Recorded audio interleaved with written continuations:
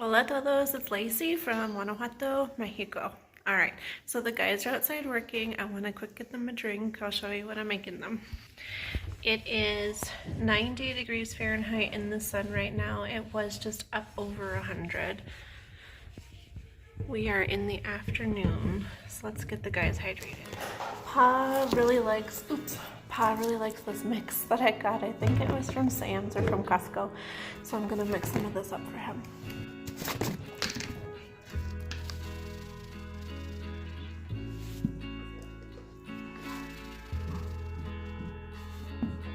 I put 2 lidfuls in a standard kitchen.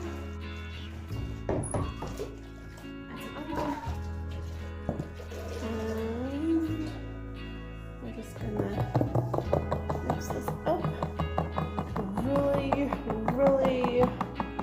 really good because it gets really clumpy. But it has like citrus, pineapple, and orange flavor mixed with a bunch of vegetables and vitamins. The second ingredient in here is nopales. So that's why it has this green color. And the guys just love it. Let's get this stirred up and bring it out to them.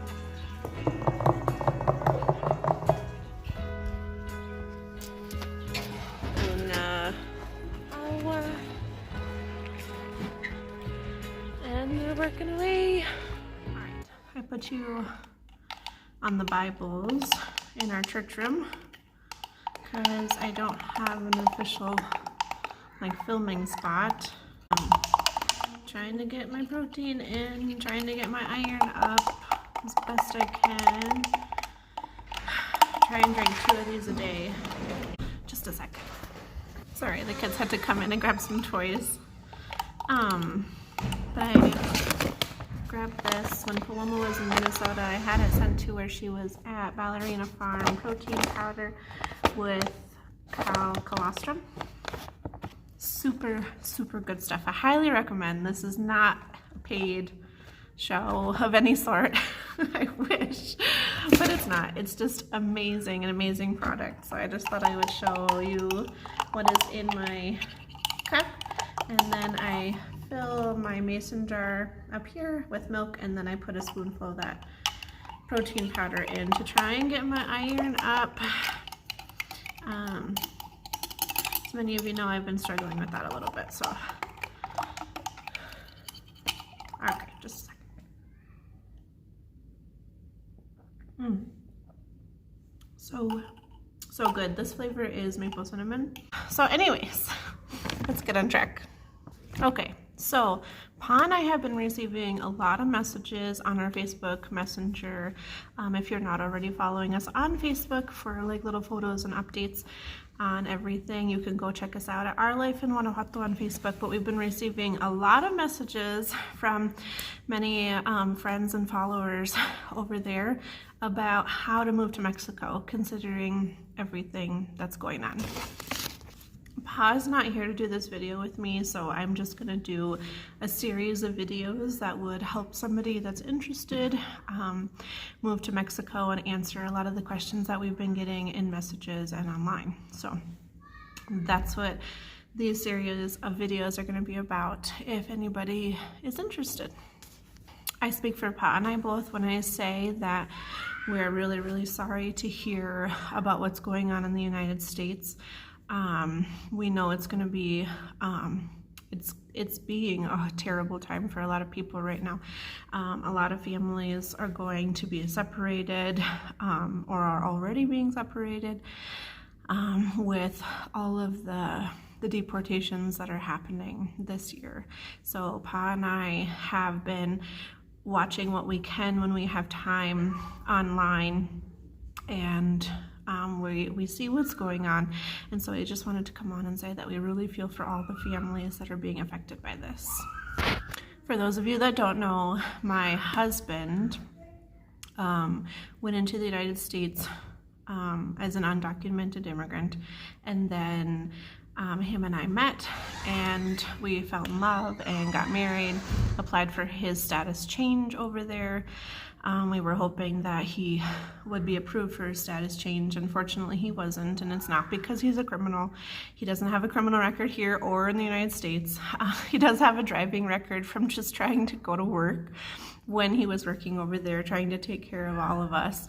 But he's not a criminal. He still got denied. A lot of people don't like to admit that that's true. A lot of my family, friends, and probably a lot of people watching this, but it's true.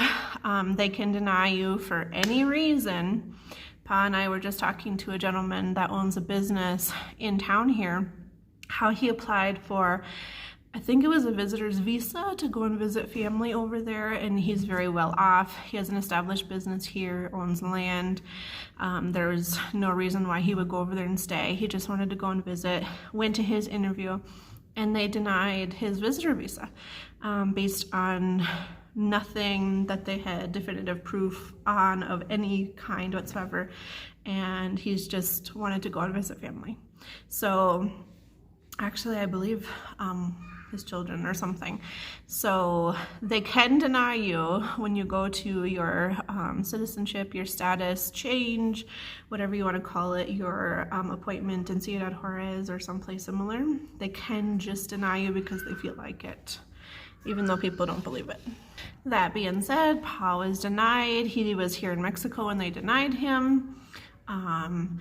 We had decided at that time that we were going to separate and not be together anymore because that was what was best. We're very passionate about following the law. We didn't want to get in any trouble, but then we realized what the complications of that was going to be for our family. My children were going to grow up without a father, without their dad being there, and my husband was outcasted to be, here and to be alone, as he is not close with anybody here. So he decided that he was going to return home. After our separation, he returned. Obviously, we received him back home, and we just tried to make do with the situation that was given to us. And so we lived in Minnesota for quite a few years after that, still, keeping in touch with our lawyer about what our options are, waiting for immigration reform. That's what our hope was, and that's what a lot of people's hope has been that are in that situation. And I don't think a lot of people understand that. There are people that are undocumented there, and they've been there for a very long time, but there hasn't been any kind of reform take place to take families, American citizen families' lives, and consider them when we have this immigration issue. So a lot of the families over there that have been there for a long time and have been established, that's what they were waiting for. They're not sitting in the corner in the shadows hoping to be, criminals and to stay in hiding. We were hoping for some immigration reform and some change while still protecting our country, at least Pa and I, still protecting the United States and still keeping our borders strong. So that, the United States could continue to be successful. That's what we were hoping for. That obviously didn't happen. Immigration came and picked up my husband for a traffic violation, I guess you could say. When I look back on it, that's exactly what it was. He was driving. It wasn't supposed to be driving a very short distance, a couple of miles. We lived right next to his work to make our situation as safe as it could be. Our vehicles were insured. He had something that was called an international driver's license, so our vehicle was insured even with him driving it. That was all legal in every way, and he just wanted to go to work, and that was the situation that we were in. And immigration came and picked him up, and a lot of people don't understand too when immigration comes that you are offered a lot of times, I forget what it's called, but some kind of waiver where your family can pay a fee to get you out until you can adjust your status. And he wasn't offered that. I don't know the circumstances and what some families, why they're offered that and some aren't. But they did offer him a 1-year stay. So we were blessed with a 1-year stay, and that meant that we could stay in the United States. Pa would be released. He got a driver's license. He got a Social Security card where he could work, and a work permit, everything that we had ever hoped for. He got that for 1 year. We were eligible to reapply for that. We chose not to reapply for that, considering the circumstance, our family situation. That was right before COVID was starting, and there was a lot of fear and scare around that, and just overall we decided that we were going to self-deport after the 1-year stay expired, and that's how we ended up here in Mexico. So that's our story. A lot of people think that we're hiding something or not sharing some kind of information.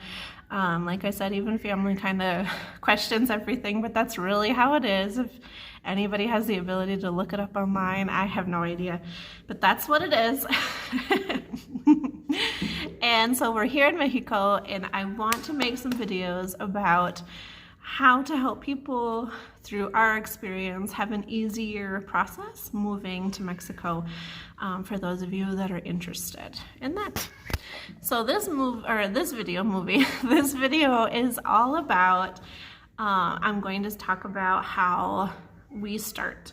And it comes with a question that I just received, and it said, how do I find my place in Mexico? How do I know where I'm supposed to go? So we're gonna talk about that. If you hear this screaming, the kids are in the bounce house, like right out the front door. Okay, so my biggest recommendation after all of my experience being here and watching other people experience Mexico and move to Mexico for the first time, the biggest thing that I recommend is looking for your people here in Mexico, your community. It's really, really important to find people that are similar to you, similar to beliefs that you may have, similar lifestyle, similar economic status, just a lot of similarities, because those similarities are going to help you have a stronger relationship with people in a stronger community. And trust me when I say that that is really important. That's one of Pa's and I's biggest regrets, is being here in our community but feeling very out and not a part, because we have a lot of different beliefs as far as raising our children and our faith and education and like a lot of the big things that are really important, because the Mexican people that are here have very strong beliefs on how things are supposed to be, how a way of life is supposed to be, what faith you're supposed to be. A lot of them have very strong beliefs about that, and if you don't align with those, they will be very, very, very courteous and kind to you out in public, but that's as far as your relationships are going to go, as far as our experience and some other people's experience that we've been noticing. Okay, so how do you do that? There's tons of Facebook groups that you can go on and look up families in Mexico. I have a group, agriculture and farming, homesteading in Mexico families. All different kinds of Facebook groups that you can go and join and make a post and reach out. Say, you know, this is my family, this is what we do for fun, this is like a really strong belief that we have. Is there anybody that's similar to us? And you will find your community here in Mexico, because there's a lot of communities that have come to Mexico in the last 5 years, a lot of different kinds of people that have kind of swarmed together and created communities already. So you're guaranteed, I guarantee that you will find whatever it is you're looking for as far as people here. We even have all different kinds of nationalities. If nobody knows, we have a very big Korean community, all different countries in Europe, Germans and Finnish, and there's all different kinds of people here in Mexico. So go and find your community. Get in touch with people online right now. Start making relationships online right now. Obviously being careful, checking out their profiles and making sure that, you know, what they're saying is looking to be true, and connect with people. I recommend this even for people who think that they're introverted and don't really need to find their people. I still recommend this for you because it'll make the transition from Mexico. I'm sorry, Junior's upset about something. It'll make the transition to Mexico a lot easier in so many ways, because after you start making these relationships, these people are going to be the ones that can help you with your transition. They can know where homes are available for rent. They know where the activities are that you are going to want to participate in and enjoy. They're going to know the places that they've had bad experiences at and good experiences at. And I'm sorry. All of that stuff is very, very important when you are moving to a whole other country. I'm stressing that because it is very, very important.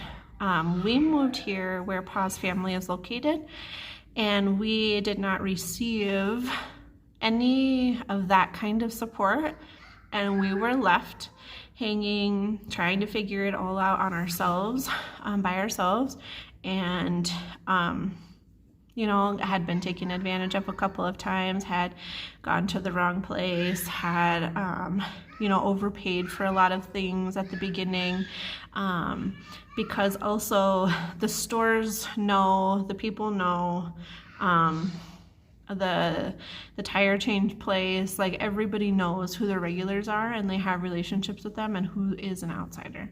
It makes a huge difference. And one more aspect about moving to Mexico that I just want to touch on this video today is also consider where you're happiest living. What does that look like?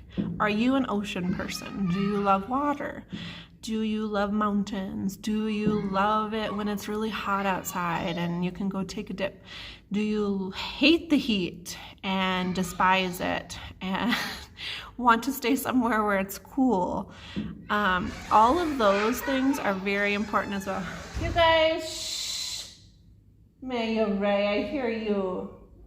No more screaming and yelling, okay? All of those things are really important. What kind of climate do you want to live in, and what region of Mexico do you want to live in? Because Mexico is very vast, very, very vast. We have greens, rivers, and lakes in the Sierra Gorda, in Querétaro. We have mountain desert, like where we're living right now. We have city life, Mexico City, Querétaro City, all of them that I've been to, just beautiful, beautiful city life and buildings and architecture. Like I said, we have beaches upon beaches and ocean. We have the heat, we have the cool, we have everything here in Mexico. So you can't come to Mexico thinking that Mexico is only one certain way. I did. I thought that it was hot all the time, dusty all the time, and I had been here to Mexico twice before I moved here, specifically to this location twice. I thought that Mexico was, the whole entire country was like the semi-desert of Guanajuato, and it's not. So remember that as well. All right, find your community of people.